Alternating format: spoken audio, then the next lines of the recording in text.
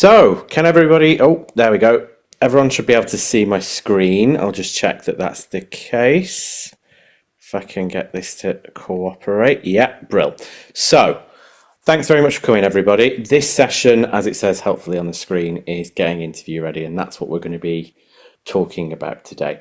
If anybody does have any questions, I'll be stopping at various points just to make sure that I'm capturing any questions that you put in the chat. So any questions you do have, putting them in the chat. I might not get to them right away because the way the system works at the moment, I can't see the chat. However, we'll get to them as best we can. So let's get started. Now, first thing I am going to ask you to do, please, if you could for me, is scan that QR code. What this allows me to do is essentially register your attendance to make sure that we can send you the slides at the end. Now, if you can't scan that QR code for whatever reason, maybe you're on your phone, whatever it is, what we will do is flash up an email at the end of this session that you can email and ask for the slides there. So don't worry too much if it doesn't work. This just makes sure that you can get the slides as quickly as possible and at the same time as everybody. So I'll give you a second to do that. And then we'll make a start properly. So, what are we going to cover today? There's a few different things that I'm going to try and sort out. A few different things, like I said. So we're going to be looking at online resources, the things that are available to you to basically prepare yourselves, okay? And then we're going to be looking at the different types of interview. And there are maybe a few different things that might trip you up. So we're going to be sort of clarifying that. We're also going to be looking at what you should do before your interview, during your interview, and after your interview. I'm going to take you through each stage of the process. Now, we have had a question for any graduates. If you don't have your student number to hand, that's absolutely fine. What I'd suggest is, like I said at the top, I'm going to show an email that you should email for the slides and the recording at the end of this session. So just email us and we'll be able to send you the slides. Okay, so let's get started with online resources.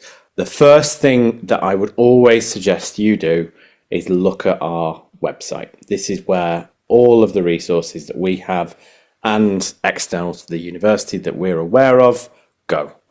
This should be your first port of call when you've got an interview coming up, or you fancy figuring out ahead of time what you should be doing for interviews. We have video guides on there, which you can see on the right hand side.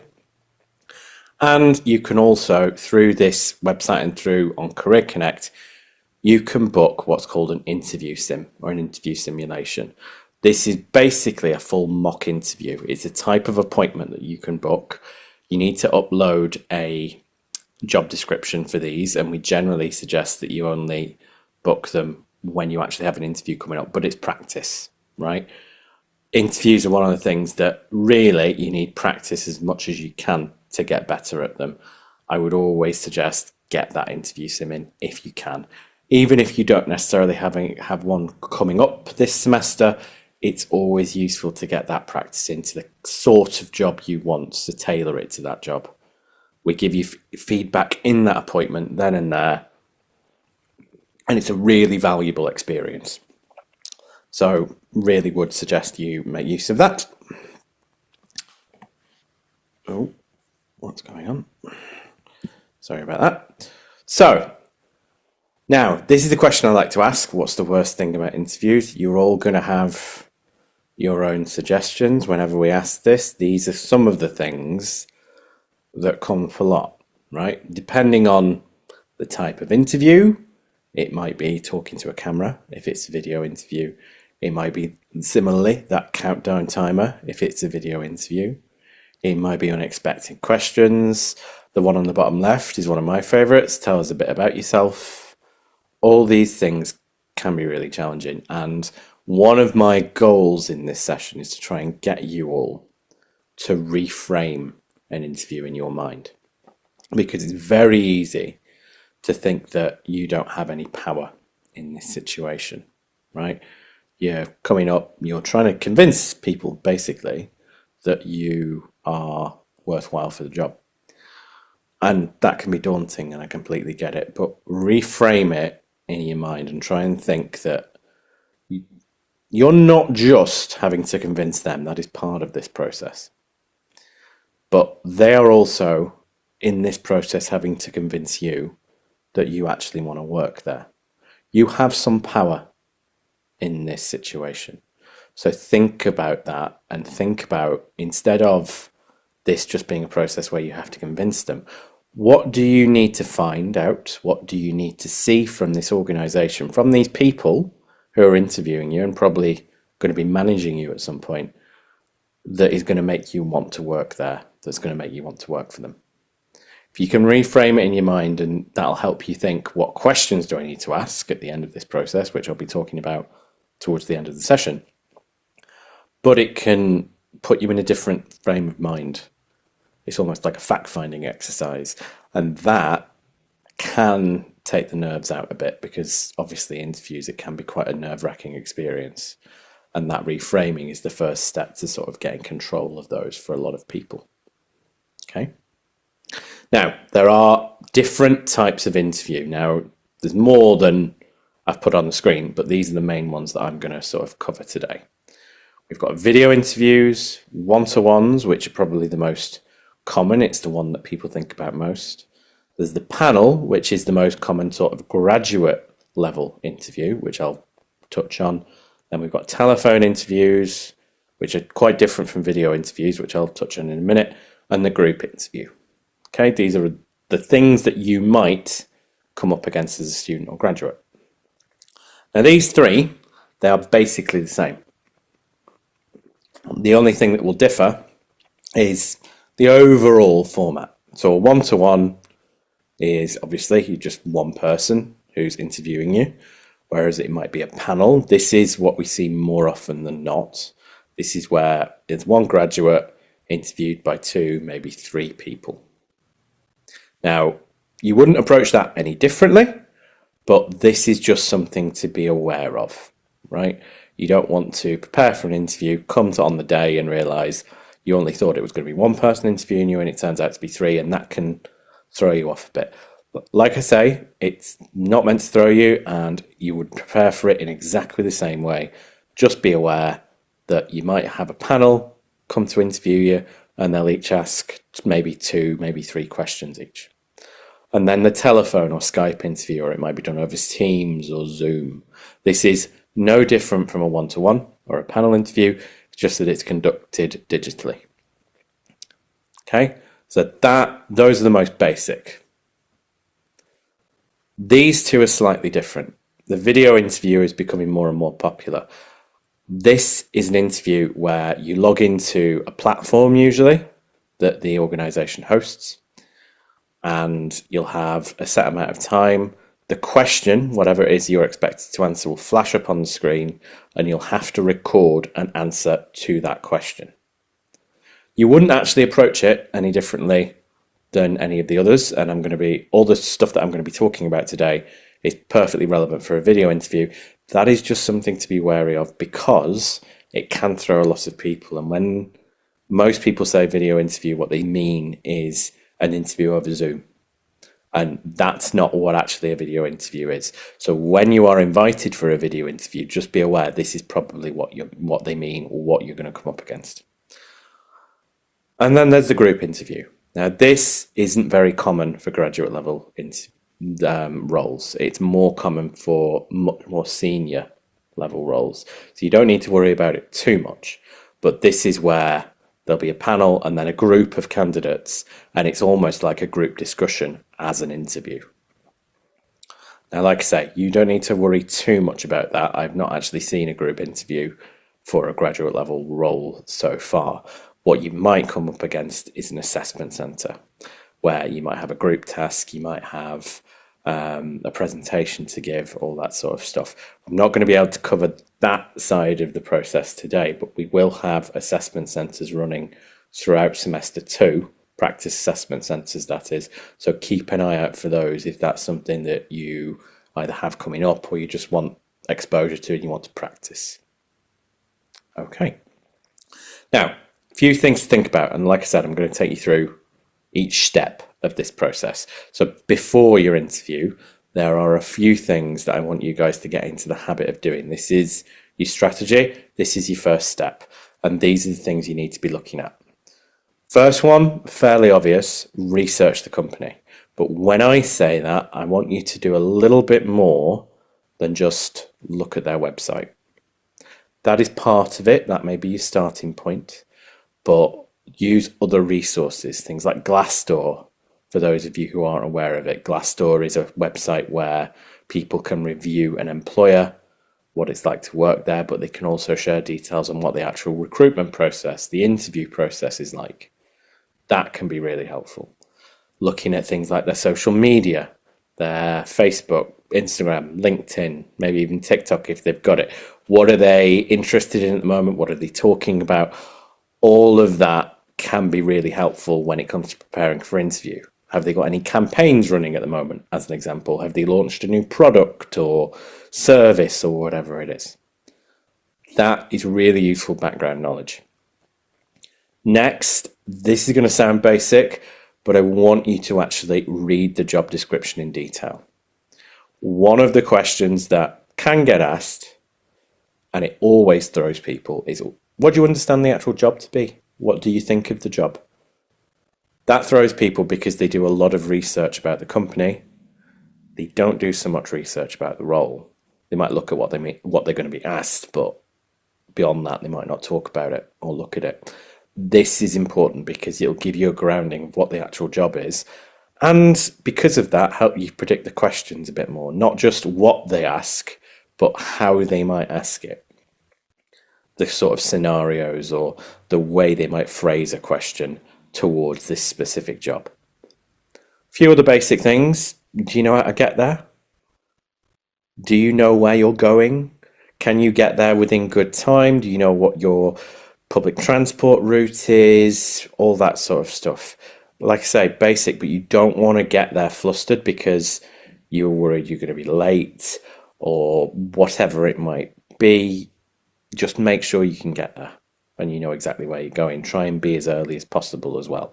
I'm not saying like before they open, but it's always better to want to be early than late. And one of the things I always heard about interviews is that early is on time is late. So make sure you can get there in good time. And if you can, they don't always do this, but they might well tell you who is going to be interviewing you. So research them, look them up on LinkedIn.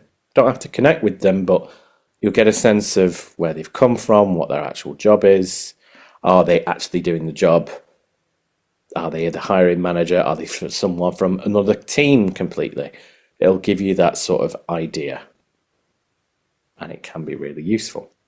Oh, sorry about that. Now, yeah, the good news is when your preparations are coming along, it's fairly easy to predict what they're actually going to ask you. You can predict the majority of questions. There are the basic ones where they're going to ask you why you've applied. I've already talked about what's your actual knowledge of the vacancy, the role, the organisation maybe. They're going to want to hear about your skills, your achievements, and what we would call a relevant competency. What really they're going to ask is for evidence of skills. Now, this is why things like the job description and what the person specification is so important. Those two documents are what you are going to use when you are preparing for an interview. So, first trick, when you are applying for a job, keep the job description, keep the person specification. Make sure you keep those along with your application. Now, a person specification is something like this. This is an example of one that's used in higher education. And you'll see there, on the left-hand side, we've got all the key things we're asking for. Key skills, key experience, and whether it's essential or desirable. This is basically how you can predict what you're going to be asked. And then on the side here, we've got tested by. A, that's application. I, that's interview. P is presentation. T is test in this job person specification. Now, if it's I, you know they're more than likely going to ask that. So what you need to do is prepare for each of those questions. Now, I'm not saying you need a rehearsed answer for each of these. That's not what I'm talking about. What you need to do is have an example that you would want to talk about for each of these. Now, I'll tell you how to write and speak about those examples in a second, but this is how you prepare. You look at the things that they're going to be asking for, and they've told you all of this. It's directly taken from a job spec, a job description, or a person specification, and you have those examples in mind. If it's a interview over Zoom, or if it's a video interview, a few other things that you want to be doing, just make sure as much as you can that the technology works on your end. So that if something does go wrong, and it might, it's technology, you're pretty sure that it's not you. Does your audio work? Can they hear you all right? Can they see you all right? Is your connection strong enough where you're going to be doing this? Is the camera okay? You're going to have to be comfortable with putting the camera on, because if you aren't, and if you don't put the camera on, that doesn't look great. So make sure the technology is working all the time. Okay? And as you're doing this, make sure you're setting the scene. So depending on where you're going to do it, is the room tidy? Is the lighting okay? Can they see you? What's the background like? Is the noise a bit much? How are you dressed? This is a big one that we see with students, especially for their first interview. You might not come dressed appropriately, right? Make sure you're always a little bit smarter than you think you need to be, just for the sake of covering off your bases. You are not going to be docked points. You're not going to be thought of any worse if you come overdressed for an interview, but you could potentially lose points if you were underdressed. So just think about that before the actual interview. And if it is a digital interview, it's perfectly fine to have support material there. So notes, what some people do is have post-its around their monitor, anything that can essentially help you. That's absolutely fine. Only thing you would need to think about is you don't want to be looking like you are, sorry, I have a cat who's come to say hi. You don't want to be looking like you are reading off a script. So just have that in the back of your mind. Okay, so let's move on. Now, I did mention this at the top, but just to reiterate, the only way you're going to get better at this is by doing it. Practice is really important.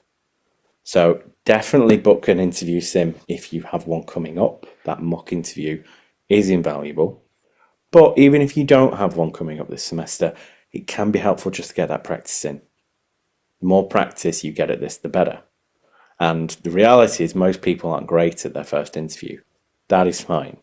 The more practice, the more feedback you get, the better you are going to be. Now, I'm just going to take a quick pause. Does anybody have any questions before I move on to the actual during the interview part, how to answer these questions?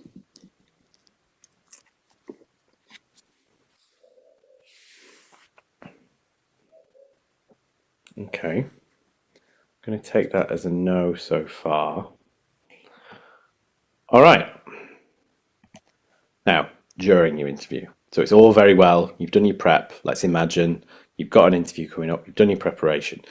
You know exactly where you're going. You've researched the interviews. You've researched your company. You understand what the actual job is. And you have a pretty good idea of what they're going to ask. Okay? So how are they going to ask you these things? There's a number of different ways. They might ask what's called a motivational question. Why this? Why us? Why are you here? Basically, why do you want this job? Why do you want to work here? The competency-based question, this is probably the most common. Tell me about a time when. Give me an example of when you have these kinds of things. Or strengths-based questions. What are you good at? Give us an example of a time you really succeeded at something. Well, you might ask technical questions. These are the more, well, they do what they say, right? They're technical. Can you do this thing we need you to do? Give the thing you've got to remember, whatever they ask and however they ask it, is it is not enough to say, yes, I can do that. I'm really good at it. You have to talk through an example.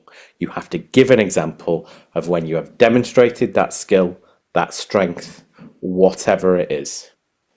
And the more specific that example, the better. You almost have to give a level of detail in these answers that makes you feel a bit embarrassing, right? Because you will be going over what you consider to be the basics. And you'll think, well, they know this. Why do I need to tell them that I used a PowerPoint to communicate something? But in doing that, you demonstrate that you know that the basics exist, that you understand what the basics are. That's why you need to give that level of detail. Now, you do this by using a bit of a formula. This is what we teach. It's called the STAR technique. Okay?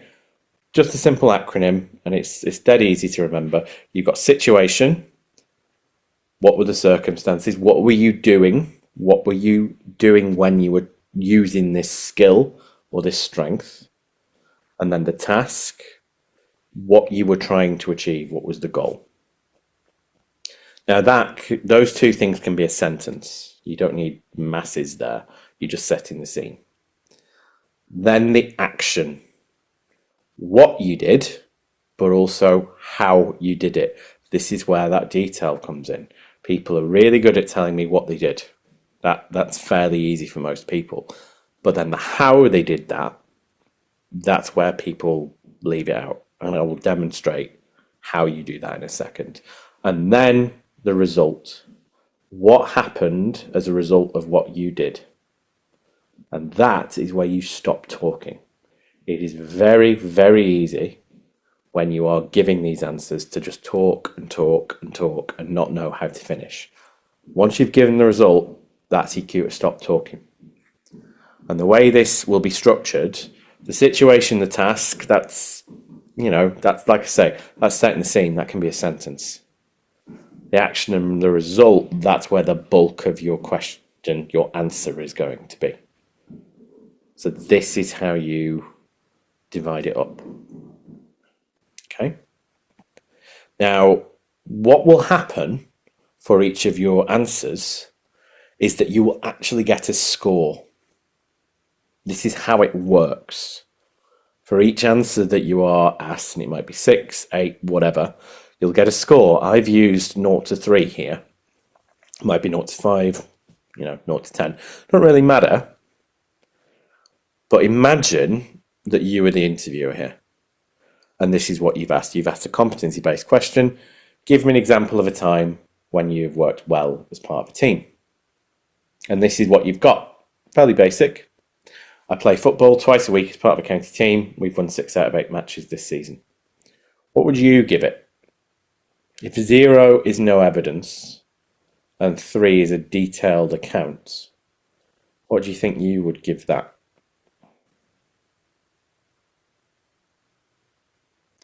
Now, I have known people who would give it a 0. I have known people who would give it a 1. Depends on the day in a lot of ways, but obviously you can see it's not great, right? They've given you the situation, maybe, you could argue.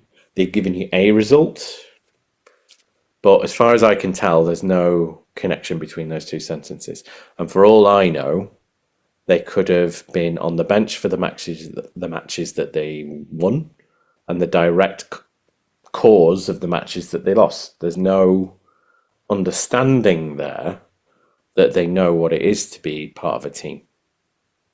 I'm going to add 2 sentences and see what you would give this.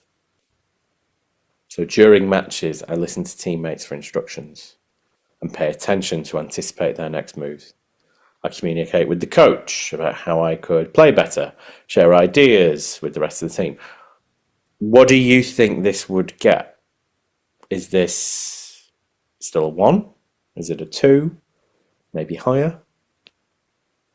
So there might be some argument about what this is. It's probably somewhere between a 2 and a 3. Now, different interviewers are different. I've known some people who would give this a 3. Personally, for me, It's closer to a 2. There is one thing, it is better, certainly, but there's one thing that I would want to make this a 3 or above, depending on what the scale was.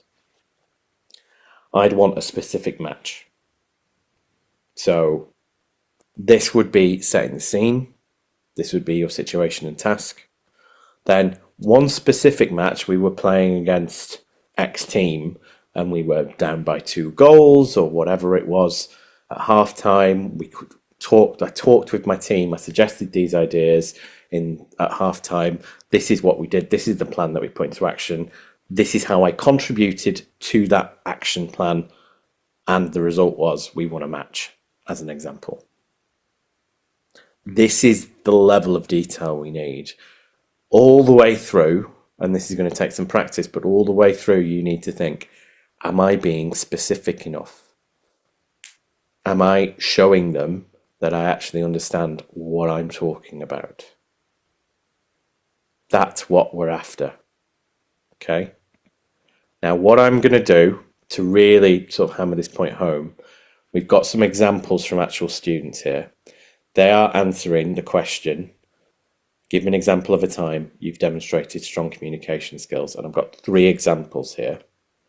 What I want you to do, and again, we're thinking about scoring these, so I want you to think all the way through, what would you score this? Would it be a 0? Would it be a 3?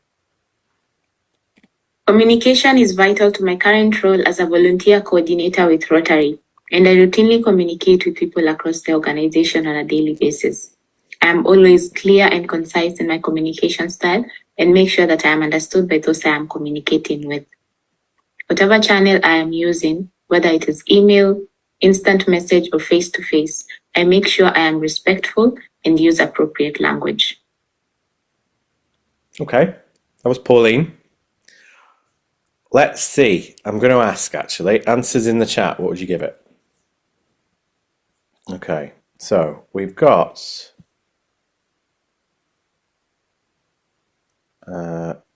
so I want ratings, please. Ratings for that question. Put those in the chat for me.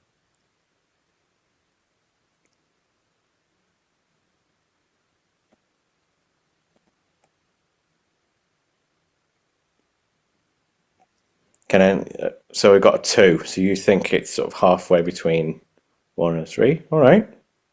Fair enough. Anyone else? Come on, guys, be brave. Okay, so most people are saying 2. All right. So I'd give that between a 0 and a 1. That might be me being harsh, but you've got to think, if you look at STAR, if you look at what they're doing, it's kind of basic, right? What was the actual action they took? What was the specific example? Wouldn't get higher than a 1 for me. We need more detail. So I'm going to show you a better one. What do you think of this? While in my role as a volunteer coordinator for Rotary Manchester, I had to regularly use my communication skills to liaise with volunteers on the front line, as well as with those leading projects. I had to use a variety of different channels such as email, WhatsApp, and direct communication over the phone to coordinate activity for specific projects around fundraising, ensuring that everyone knew their role, where they were supposed to be and when, as well as account for any volunteers who were not available at short notice. Thanks to my excellent communication skills, these projects went very well. We managed to raise record-breaking funds to be shared with different charities that Rotary supports. Okay, scores. Scores for Christy V. What do we think? So if the last one was no higher than a 1 out of 3, what does that get? Okay, so we've got 1, 3. Anyone else?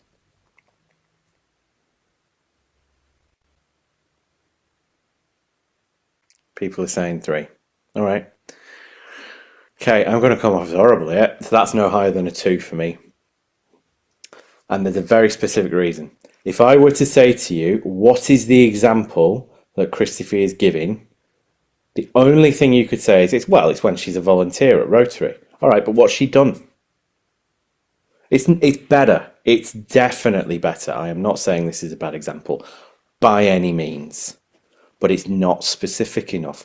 We need a specific time She has demonstrated really strong communication skills and they contributed to a result. Now, you could argue that, well, she's contributed to breaking a record. But the thing I would say is, what record? How much did they actually raise? We need more detail all the way through. Now, what I'm going to do is show you a 3, and you will see that it is significantly better. But what I also want you to do is, while Riley, who is going to be the person speaking, while they are answering this question, think about how long they're speaking for, and it'll probably surprise you. In my previous role as a volunteer coordinator for Rotary, I organised last year's annual month-long Santa's Sleigh fundraising event. Each year, volunteers raise money for local charities by driving around Santa and his sleigh, collecting money from the local area. My role was to coordinate a team of volunteers for each evening during the week that the sleigh went out. I did this by communicating clearly with the volunteers, making sure that they knew what the expectations on them were in terms of when they had to arrive by, the length of their shifts, and their routes through the estate. I also provided my own personal number to each volunteer so that they were able to contact me quickly if they were unsure of anything. Through this effective communication, I was able to solve last-minute problems that occurred on the night. One specific example being when a volunteer was unable to make it to their shift only half an hour before it was due to start. Having collected everyone's details, I was able to quickly send a message via the WhatsApp group and found a replacement volunteer who was able to get to the estate within half an hour. Thanks in part to my contribution to the team and my coordination of the event, Rotary were able to break our previous record and raise £5,000 across the month, which we were then able to donate to the various charities that we supported. I also received very positive feedback from both the individual volunteers and the Rotary leadership on how I conducted the whole process. Do you see how that's better? Do you see that level of detail that Riley's been able to give you in terms of how she communicated, what specific things she did, this specific time that a problem occurred, and how their communication actually solved it? And all the way through, they're giving you loads of detail. So not just that they broke a record, but that they broke the £5,000 threshold through their communication, that contribution, and that they received really specific positive feedback. That's what we need. Now, that might sound daunting, but you've also got to remember how long Riley was talking for. That's less than 2 minutes. So if you do this and do it well, you can do this very quickly. It's one of the questions I get asked quite a bit. How long should my answers be? Well, actually not that long if they demonstrate these skills effectively. Now, it does take some practice, right? And that example still has to come from you. But just to give you some other things, this isn't going to solve all your problems. Like I say, that example does have to come from you. But that example can come from anywhere. It doesn't have to be previous work experience. Obviously, if you've got previous work experience, great. That's where you should go first for these examples. But everything that you've done is valid. Your course is definitely valid. Like these examples here, voluntary work is completely valid. Things like sports that we've already seen, extracurricular stuff, family, caring responsibilities. Doesn't really matter where the example comes from, as long as it demonstrates those skills and demonstrates them well. And just a little side note as well, you are always better giving one strong example, like we've done here, than lots of sort of average examples. I'm just going to pause there to make sure. Does anybody have any questions before I move on? Because I know I've just thrown a lot at you.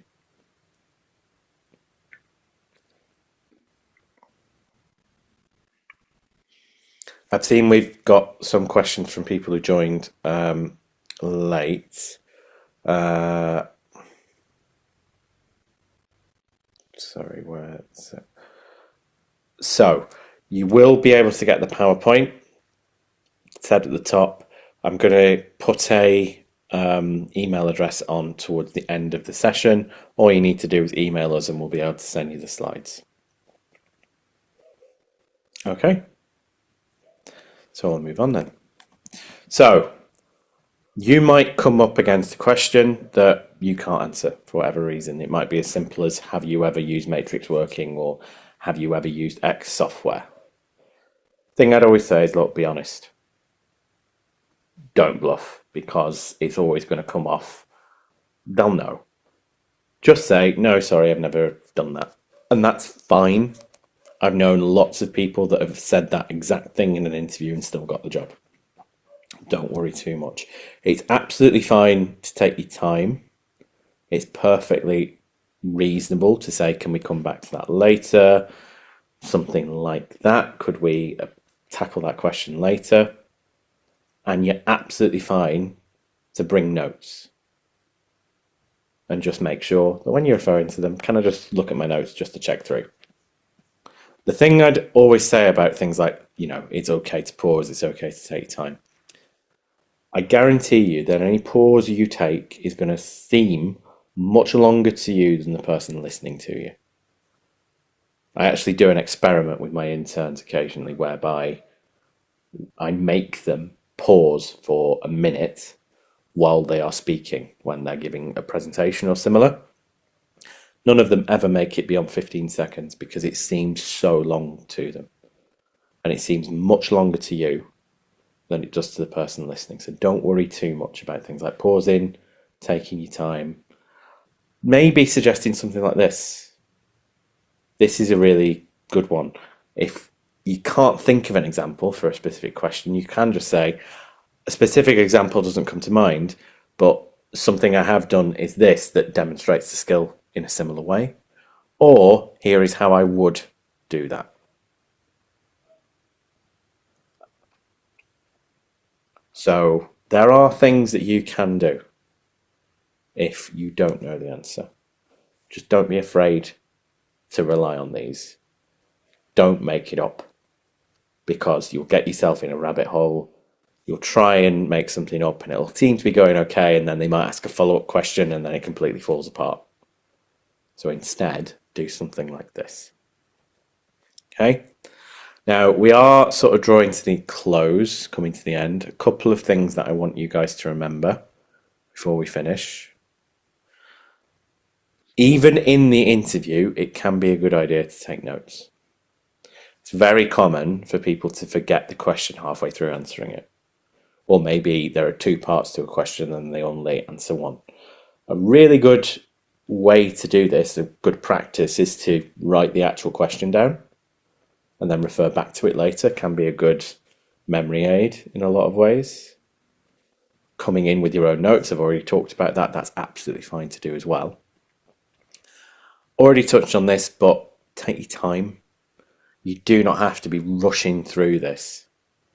I did say a good interview question doesn't need to be hugely, it doesn't need to be a huge amount of time, but don't be afraid to just take a pause, take a breath, gather your thoughts, and don't rush yourself. Try and slow yourself down if you can. It's really common, especially when nerves are involved, to talk at the speed of light. I'm prone to it myself. So just take that breath, make sure you're going at a pace you're comfortable with. Always remember, you're interviewing the company, which brings me to, I guess, my final point. And I've kind of touched on it a little bit. Make sure you have some questions to ask them at the end. And ask things that you actually want to know. Obviously, leave things like salary, holiday. That can be for later in the process. But maybe things like, they're kind of basic. Do you enjoy your job? That's always a good one. But also, the one I really like is, what does success look like in this job 3, 6, maybe even 12 months after I'm recruited? What are the key challenges for the team? Might be a good one. But like I say, things you actually want to know, maybe things about what training is provided. What training do new recruits usually go through could be an example. So think about the things that you would like to ask them before you get into that room, because it's really easy to just completely forget them when you're relying on thinking about them on the spot. And then when you're thinking about these examples, try and work in the things that you're really proud of. The things that you think, actually, yeah, this is a big sell. This is a big selling point. These are the things that I would really want an employer to know about me. Work those into your examples. And when you're doing that preparation, when you're thinking of those examples towards those questions that you've taken from the person specification, work those in there. Try and pick the best examples that really showcase your skills and experience. Which, everybody, brings me to the end. I really hope that that's been helpful. On the screen here, you'll see the registration QR code. If you can scan this, that would be great. This just makes it so that we can send you the slides as quickly as possible. I'll give you a second to do that now, because I know we had a few people join late. If you do have any questions while we're doing this, please do put them in the chat and I will touch on them when we wrap up, just before we finish. And the last QR code I'm going to get you to do before I put our contact details on the screen is this one. If you could all just scan that for me. This is a link to our feedback survey. Just takes 30 seconds. If you do have time, I'd be really appreciative if you could just fill that out. We are quite responsive to feedback here. A lot of what we're doing this year is a direct consequence of the feedback that we got last year. So if you do have just 30 seconds to fill that out, that would be absolutely great. And then the last thing I'm going to do, those are our contact details. So if you do have any questions or the slide thing hasn't worked for you and you'd like the slides and the recording, if you could just email careers.info@manchester.ac.uk, give them the session name and that you'd like the recording and the slides, and we'll respond with those things. And that should be absolutely fine. Now I'm going to stop the recording to make sure